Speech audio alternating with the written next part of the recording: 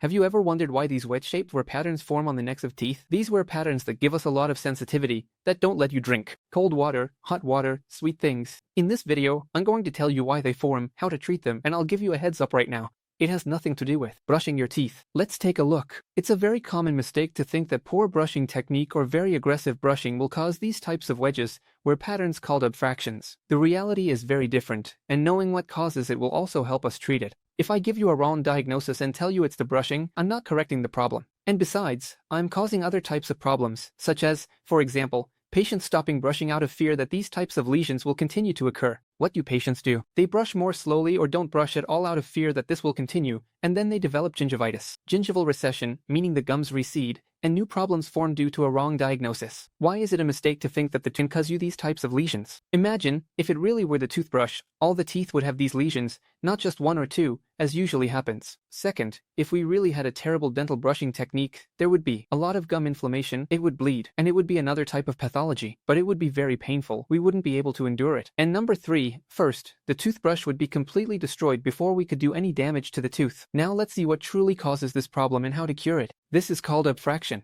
and is caused by excessive forces on vulnerable areas of the tooth. It has nothing to do with microorganisms, this is a matter of physics. I am going to explain why. On the screen, we are seeing a tooth where we can see how the enamel is very thick on the chewing surface, but it thins as it goes up towards the neck of the tooth. And we see that when the enamel approaches the cementum, which is the part that is inside the bone, it becomes very, very thin. In that part, right there, when one bites incorrectly or clenches too hard, the force directed towards that spot causes microfractures that later grow and become larger fractures. These fractures manifest in the form of a wedge and, as more time passes, they become more extensive. There are actually 3 types of causes for this kind of lesions: bruxism or pathological dental clenching. Number 2, occlusal trauma, that is, a bad bite. And number 3, orthodontic movements that cause the teeth to have a temporary bad bite. That is also very common. It usually occurs both in the upper and lower canines and premolars. We also suddenly see it in the anterior, lateral, and central teeth, and many times it is associated with the consumption of coffee or lemon. When patients frequently consume lemon or coffee, there is wear at the neck of the tooth that can be mistaken for abfraction, but that is chemical erosion. They can also combine, and that's when we truly have enormous lesions at the neck of the tooth. How can we diagnose if a patient is a bruxer or has occlusal trauma? There, your dentist needs to review your bite. Many times the patient will tell us how this problem was caused, because if we observe that all the teeth in the mouth are damaged like this, it is very likely due to bruxism. But if we see that it occurs only in 2 or 3 teeth in the mouth, it means that their bite is probably incorrect, and the excessive force is found in those teeth that are having this type of lesions. I, for example, also have abfractions, but it happened to me when I had orthodontics. As the teeth gradually move into place, there are points where they start to have this type of premature contact, and that's where this type of abfraction occurs. In some patients, it is very mild, and in some others, if they have braces for a long time and the teeth remain in an incorrect position for a long time, large abfractions will occur. Now, what treatment should we perform for this type of condition? It depends a lot on the symptoms, and what was the cause to know how to treat these problems. For example, many times the only thing patients really suffer from is sensitivity. So, in those cases, it is decided to apply a desensitizer or a varnish to prevent sensitivity. Even the same toothpastes that contain desensitizers work very well in these cases. If after the desensitizing treatment there is still sensitivity, we need to place some physical barrier, and that's where we decide to use the well-known resins. Now, be careful, not all resins work to cover this type of problem. For example, there are resins that are made to be on the anterior or posterior part, which are very rigid and not flexible at all, and if we place them on the necks, they will break immediately. This type of resin needs to be modified with glass ionomer, which is a material that provides that flexibility, and, at the same time, allows for fluoride release, which will also reduce sensitivity a bit.